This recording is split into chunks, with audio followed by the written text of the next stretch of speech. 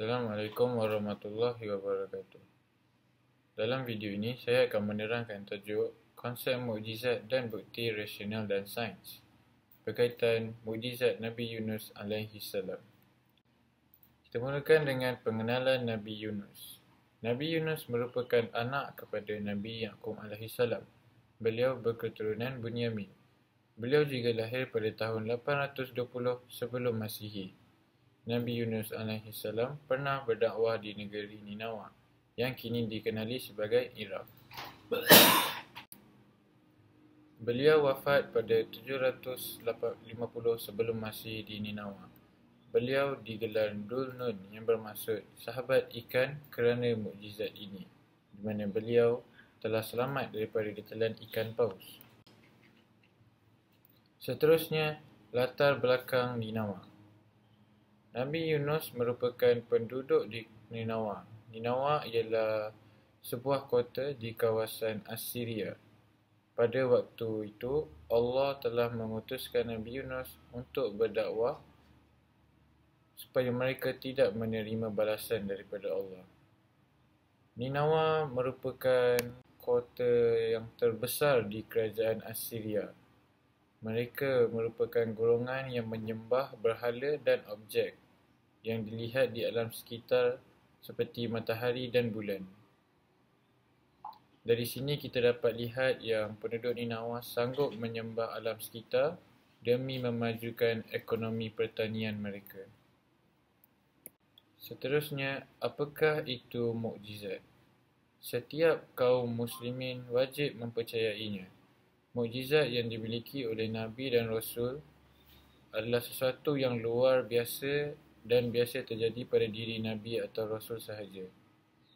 Perkara ini terjadi untuk membuktikan bahawa mereka adalah Nabi atau Rasul Allah dan tidak boleh ditiru oleh sesiapa pun. Dari segi bahasa, mukjizat bermaksud melemahkan atau mengalahkan. Dari segi istilah pula, sesuatu yang luar biasa dan terjadi pada diri Nabi atau Rasul. Bagi umat Islam, mempercayainya adalah wajib kerana dimiliki oleh Nabi dan Rasul.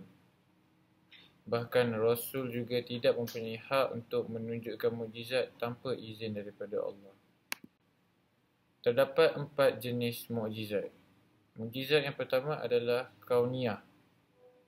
Mukjizat ini biasanya memiliki kaitan dengan peristiwa alam. Contohnya adalah kejadian Laut Merah dengan Nabi Musa dan tongkatnya, di mana Nabi Musa menggunakan tongkatnya untuk membelahkan Lautan Merah. Mukjizat yang kedua adalah mukjizat syakhsiyah. Mukjizat yang keluar dan berasal dari tubuh seorang Nabi atau Rasul. Contoh syakhsiyah adalah air yang keluar dari jari-jari Rasulullah SAW. Dan mukjizat yang ketiga adalah salbiyah. Membuat sesuatu yang tidak berdaya. Contohnya Nabi Ibrahim yang dibakar tetapi masih hidup, dan juga mukjizat Nabi Yunus. Dia tidak membawa apa tapi selamat daripada balasan Allah. Mukjizat yang keempat adalah aqliyah. Mukjizat rasional. Contohnya Al-Quran. Allah menghantar ikan paus untuk menelannya.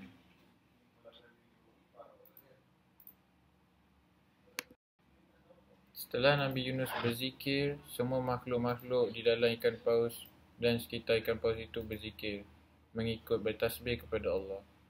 Maka Allah memerintahkan ikan paus itu mengeluarkan Nabi Yunus, dan Nabi Yunus kembali ke Ninawa. Terdapat beberapa pengajaran yang kita boleh belajar daripada peristiwa Nabi Yunus ini. Yang pertama adalah bersabar.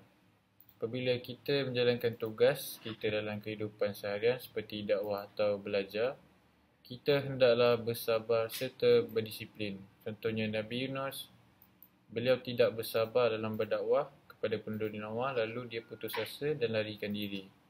Setelah itu dimakan ikan paus. Yang kedua adalah tidak bersifat riak. Kerana sifat riak adalah sifat yang terlaknat oleh Allah dan kita sebagai umat Islam haruslah elakkan diri daripada sombong. Jangan sesekali ingat kita akan terlepas daripada azab Allah ataupun merasakan diri kita lebih baik dari orang lain. Dan yang ketiga, kita harus yakin bahawa Allah Subhanahu Wa Taala Maha Pengampun. Tiada satu dosa pun yang tidak boleh diampunkan oleh Allah kecuali syirik. Buktinya, Allah mengampunkan Nabi Yunus AS dan mengizinkan untuk keluar daripada perut ikan paus itu. Asal mukjizat Nabi Yunus dari segi sains.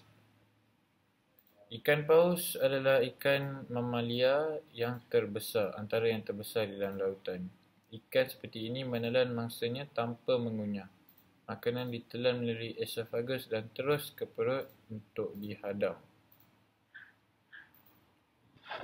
Ikan paus juga merupakan ikan yang tidak diburu oleh haiwan lain. Maka apabila Nabi Yunus ditelan oleh ikan paus, beliau dapat merasakan enzim dalam perut ikan itu tengah menghadam dirinya, tetapi dia tidak dihadam kerana Allah Subhanahu Wa Taala Maha Pemurah. Di sini kita dapat melihat Allah Maha Perancang bila Allah memilih ikan paus sebagai ikan yang menelan Nabi Yunus AS. Sekian itu saja daripada saya. Terima kasih.